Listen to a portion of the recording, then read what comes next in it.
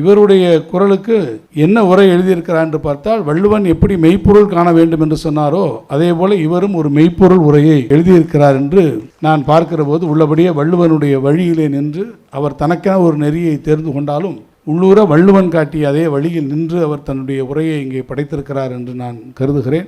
அந்த அளவில் மிக அற்புதமான ஒரு உரையினை இங்கே வழங்கி இருக்கக்கூடிய அவருக்கு என்னுடைய வாழ்த்துக்கள். அந்த புத்தகத்தில் இருக்கக்கூடிய பல பக்கங்களை படிக்கிற போது நான் உணர்ந்து கொண்டது, திருமுருகன் அவர்கள் ஒரு அருமையான புத்தகத்தை உருவாக்கி இருக்கிறார்கள். சித்தர் மரபு என்பது வேறு மரபல்ல, அது சுத்தமான தமிழ் மரபுதான் சித்த மரபு என்பதை நாம் உணர்ந்து கொண்டவர்கள். எனவே அதன்படி நின்று இந்த புத்தகம் வருவது என்பது மிக அற்புதமான ஒன்று. அதை சிறப்பான வகையில் உருவாக்கி இருக்கக்கூடிய அவருக்கும் அவருக்கு துணை நிற்கக்கூடிய அனைவருக்கும் நான் என்னுடைய வாழ்த்துக்களை தெரிவிக்க விரும்புகிறேன். இந்நூல் உங்களுக்கு வேண்டுமா? ஜிபே மூலம் செலுத்த 9176564723